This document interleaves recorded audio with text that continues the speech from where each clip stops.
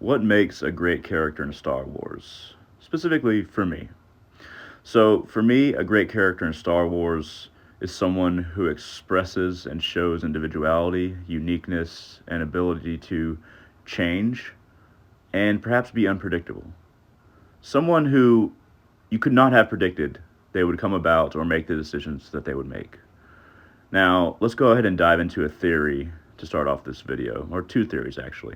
One theory says that leaders or great men, pivotal people in a universe, are the combination of traits, of circumstances, of influences in their lives. The other theory says that they're just born. They are born naturally great. They're born pivotal. They are not made. They just come into existence. So one is circumstantial more and traits based on what's around them, and the other is based on just being born. Here they are. So great man theory: leaders are born, not made. Great leaders will emerge when there is a great need. Trait theory: based on a combination of genetics and socialization, each of us develops a unique set of traits. Some traits are particularly suited to leadership. According to this perspective, people who make good leaders have the right or sufficient combination of traits. Now, all these traits are, of course, in this theory, produced by circumstance and surroundings and culture and all those influences therein. Now, I'm not going to lie, Darth Vader is probably one of the most boring characters in the Star Wars universe for me. I know that's going to shock a lot of people. But here's why. So early on, we see a number of predictable things that he becomes if you look for the signs. So one of the signs is that he was a very frustrated man in his teens. You know, he lacked a father when he was young. His mother ended up dying, but he was raised as a slave. He was very frustrated. He had a lot of anger. He had a lot of emotions that the Jedi did not help him deal with. They didn't work him through these emotions. They didn't try to help him develop his, in their view, finer skills, his virtues, his want for peace, his protection of the weak. Instead, anytime that he displayed his emotions, they basically just said, "Don't do that, Anakin. That's bad." So these influences were heavy in making him into somebody who could definitely be seduced or manipulated by Darth Sidious, who, by the way, is one of the most cartoonishly evil people in the Star Wars universe. From his very birth, it seems like, as a little boy, he was just naturally drawn to the dark side, to power. He always wanted to gain power and make himself pivotal to the universe, and to such a degree that he didn't want to be held back by politics. He wanted to make the politics. That was always his desire, even as a young man. He was naturally drawn to the Sith. He did not like boundaries whatsoever. But what Sidious was good at in converting Darth Vader into Darth Vader, basically, was he was a great outlet that Anakin could talk to. He represented a father figure in the way that Jedi would not. He listened to Anakin's problems and coached him through them in a way that the Jedi were too detached to do. They basically just told Anakin, "Don't do that, don't have that emotion," but they did not help him work through it. If you watch Sidious during the movies, he helps him work through it. He also guides Anakin he's clearly manipulating him, clearly guiding him to the dark side. But Anakin finds in him somebody who he can confide in, his deepest, darkest thoughts. Now, Palpatine influences him in a way where he brings those deep, dark fears out of losing anybody else that he loves to the forefront of Anakin's personality, making it his driving force. This is how Sidious brings him to the dark side. But if it wasn't for the influence of the Jedi and their stagnation or their detachment as well in his emotional development, then he probably wouldn't have gone over to Sidious. But as you watch these movies, it becomes very clear that Anakin's circumstances are just forming everything that he is, down to his very core. Bringing those fears out is what Sidious did, but his circumstances are forming everything that he is. And the only time that he does something completely unpredictable, or at least very unpredictable, is when he actually kills Palpatine after all these years of being Darth Vader, of killing all these Jedi, of harming many innocent people. Killing Palpatine made him interesting. It was a great story cap, and that's why they did it. A lot of it's just great storytelling, but what made him interesting at the end was basically right when he died, when he killed Sidious. That's what made him more interesting because that was unpredictable. And I know a lot of people will say, Luke was his son. Of course, he was going to kill Palpatine, but he had tried to kill Luke previously in that fight, and he had multiple chances to turn away from the dark side and just join his son and re-embrace those finer qualities of compassion that were deep down in him. He had plenty of opportunities, and he also just tried to kill Luke in the lightsaber fight, in the duel. So I think that him killing Palpatine was actually unpredictable. So now let's move away from the great man theory and that relevance. Let's talk about uniqueness and unpredictability in other characters in the Star Wars universe. Because there are some who are very unpredictable, and then there are some who are just plain boring. That they were always this character, they will always be this character, and they are kind of a bulwark for the ideals that they represent and that they initiate in the Star Wars universe. And mentioning a bulwark of ideals, and actually a pretty boring character is Obi-Wan Kenobi. A lot of people are going to hate me for that, but he doesn't seem a very diverse character. So he never has any fluctuations in his compassion. He seems to be always compassionate. He's always on the light side. He is basically a fully formed character as far as his ideals and his views very early on in his character arc. He's a bulwark of the light side. He is never tempted to join the dark side. And he doesn't see a whole lot of gray area like some of the other Jedi or maybe even Sith that I'm going to go into. But he does not become a gray Jedi, even though he doesn't follow all the Jedi Council's thinking or orders. But he is Obi-Wan Kenobi from start to finish. There's no fluctuation in who he is. He is the epitome of the light side, basically, in a way that you could even say is more so than Qui-Gon Jinn. Qui-Gon Jinn he's more connected to just the Force in general and guided by it. Obi-Wan Kenobi, he's not as connected as Qui-Gon Jinn until very later on when he dies, but he's not quite as connected, and he just follows his personal ideals and the general ideals of the light side. And honing in on a more diverse character arc and a more diverse character in general is Ahsoka Tano. She fought with Anakin through the Clone Wars against the Separatist forces. She was very brash, just like Anakin was in the Clone Wars. She could get angry and heated, but she was firmly on the light side, and she never really felt any pulling to the dark side. But her character arc is interesting.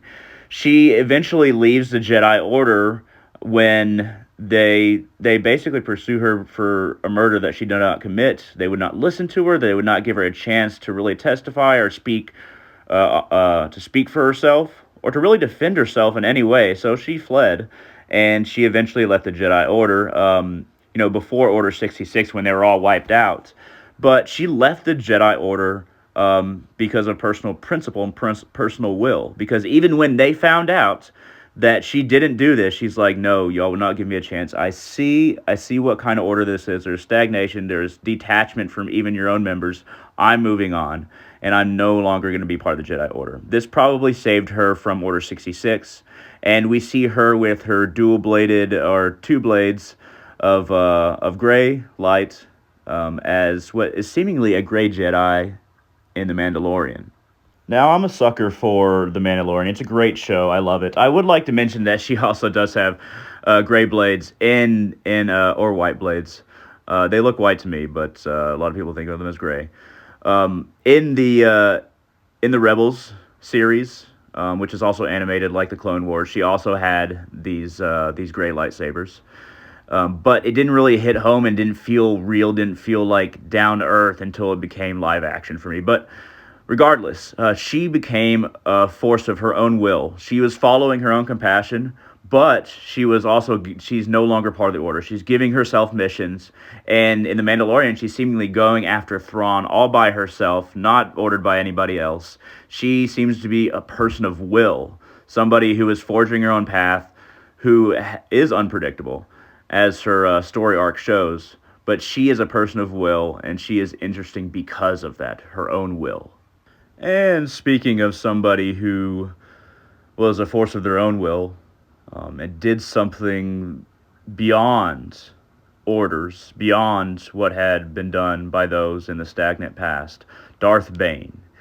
Now, Darth Bane, he saw the Sith as becoming too diluted and too weak, and not able to take on the Jedi because they were not strong enough in the dark side, and they were relying too much on just brute strength and physical force and military tactics. So he ended up killing all of the other Sith at his time.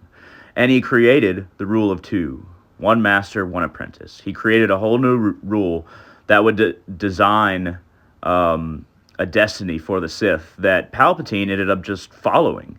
He was the product of the rule of two, but he was not its initiator. He was not its creator. That falls to Darth Bane. That's why he's interesting. He did something different, and he didn't follow orders. And as a sort of side note, I do find Dark Jedi incredibly interesting because they basically left the Jedi Order to gain personal power, personal wealth. They enjoy basically possession and having power for themselves, and they split away because of that. But they haven't completely gone to the Sith side. They've embraced the dark side, but they haven't become Sith. They're not part of an organization. They basically forged their own path as well. Darth Tenebris is worth mentioning as well. So he was the master of Palpatine's master. He was a master of Plagueis before Plagueis killed him.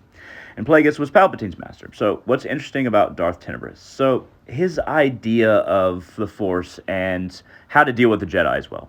So for him, the dark side of the Force and the Force in general was just basically a power source for technology. He was obsessed with technology, and he was also obsessed with predicting the future through basically mathematical algorithms using technology. Now, what made him especially interesting was that he didn't necessarily want to kill the Jedi. He wanted to cut them off from the Force completely and make them irrelevant by using a machine that did not work, but he wanted to cut the Jedi off, and that was unique. He didn't necessarily want to kill them like the other Sith. He just wanted to cut them off from the Force. And some of his ideas about ruling were very interesting as well, how he wanted to rule the galaxy. Unlike Plagueis, and then, of course, eventually Sidious, he didn't want to rule with an iron fist per se. He wanted to provide for everyone in the galaxy, make them reliant upon basically the government, but give them all, food, medical needs, make all their needs satisfied so that his rule wouldn't be challenged. So that Darth Tenebris and the Sith could just rule without having to worry about rebellion. Just give people all the necessities that they want, and then they won't really care what you do at the head of power. And for that creativity and just really thinking in a different way than other Sith, he is also interesting, even though we barely have any information about him, or we just hear references from Plagueis in his book, and from Darth Sidious, I think, maybe a couple times. We don't have a lot of information on him, but what makes him interesting is that that he thought differently. He decided upon a plan that was completely different than what Sith had done in the past, and his obsession with technology and the view of the Force as an energy source. So Qui-Gon Jinn, while being a Jedi, was probably the most unruly Jedi that the Jedi Council ever had to deal with. So the reason why Obi-Wan Kenobi was paired with Qui-Gon Jinn is because they knew Obi-Wan Kenobi was rebellious. And the only way to make him into a good Jedi is to put him with a very bad Jedi, one that never followed orders. So, to develop Obi-Wan Kenobi, the Jedi Council decided, in a very, very, very self-aware move, to put him with somebody who he would rebel against, but he'd rebel in their direction rather than rebelling away from being a good Jedi that follows orders. And eventually, he followed many orders. Qui-Gon Jinn was not as ruly. He disobeyed a lot of orders, and his views of the Force make him very interesting. He seemed to view it in its totality rather than light side or dark side, and he seemed to be guided by it more so than many Jedi or Sith. He listened to it. He went on a whim. This is what made him unpredictable. He didn't follow a set navigational plan for his life or his actions. He let the Force push him this or that way, which makes him both unpredictable and also very hard to say that he was aligned to any group. He is, of course, on the side of light and compassion, but at the same time, he did what he felt the Force was communicating to him, and that makes him interesting. Han Solo, um, wow, what to say about him? Very uninteresting character. He's basically chaotic neutral. He's in it for himself. He always ends up on the right side, but that's more due to circumstance. He's completely self-interested. He doesn't have any Force powers. He's been mainly going over Force users. But his character was so bland and so uninteresting as a person. The actor Harrison Ford, who played him, was glad when the character died because even he was bored with the character. Moving on to my favorite character in Star Wars, Thrawn, or Admiral Thrawn, or Mithron Yorodo, as he is known in the Chiss Ascendancy. If you haven't listened to his trilogy in the Star Wars, either on audiobook or read his trilogy in Star Wars books, please do so, because if you just know him in Rebels, you're not really getting the full Thrawn. So what makes him so interesting, now he's not a Force user, he doesn't have a lightsaber, nothing like that, he just uses his mind. He's okay at fighting hand-to-hand, but he just uses his mind. So his motivations are pretty clear if you know what kind of person he is. So he is actually for peace. He wants peace mainly for his people, wants his people to not be threatened by anything. He doesn't want his people to rule everything. He actually wants his people to help others in the galaxy that are being taken advantage of or being pillaged or enslaved. He hates slavery.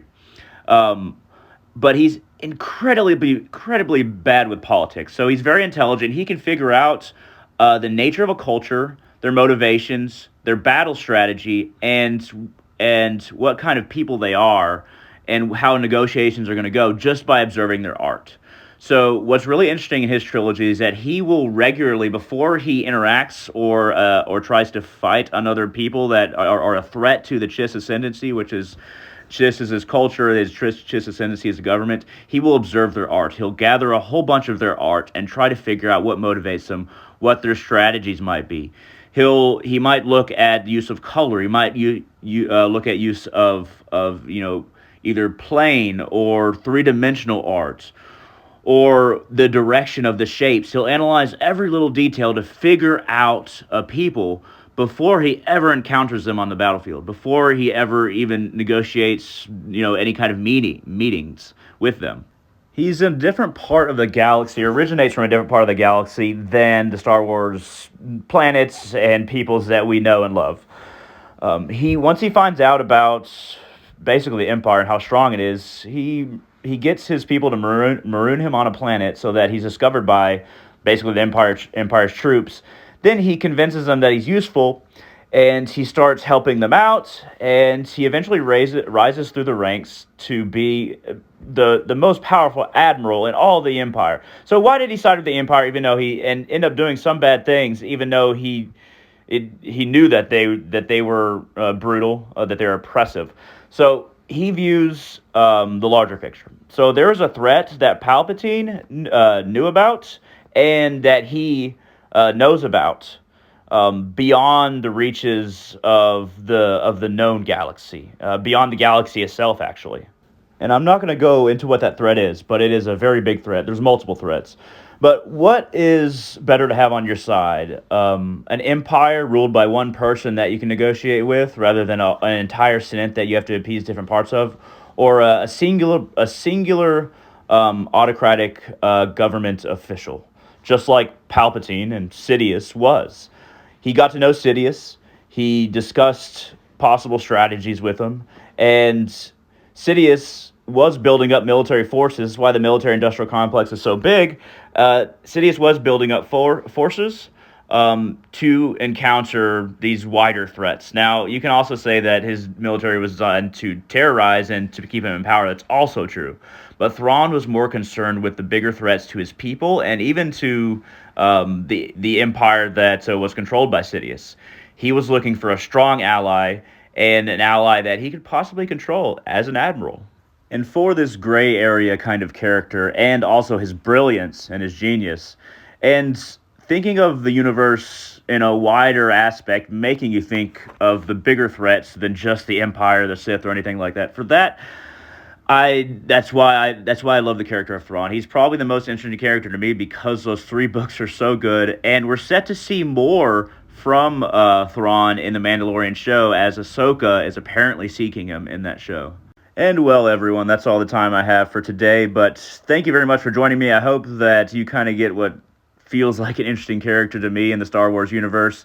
Somebody that's not too bland, and this somebody that's not too one-sided, also brilliant and kind of forging through their own path through their own will. Anyway, thank you very much for watching, and have a good day.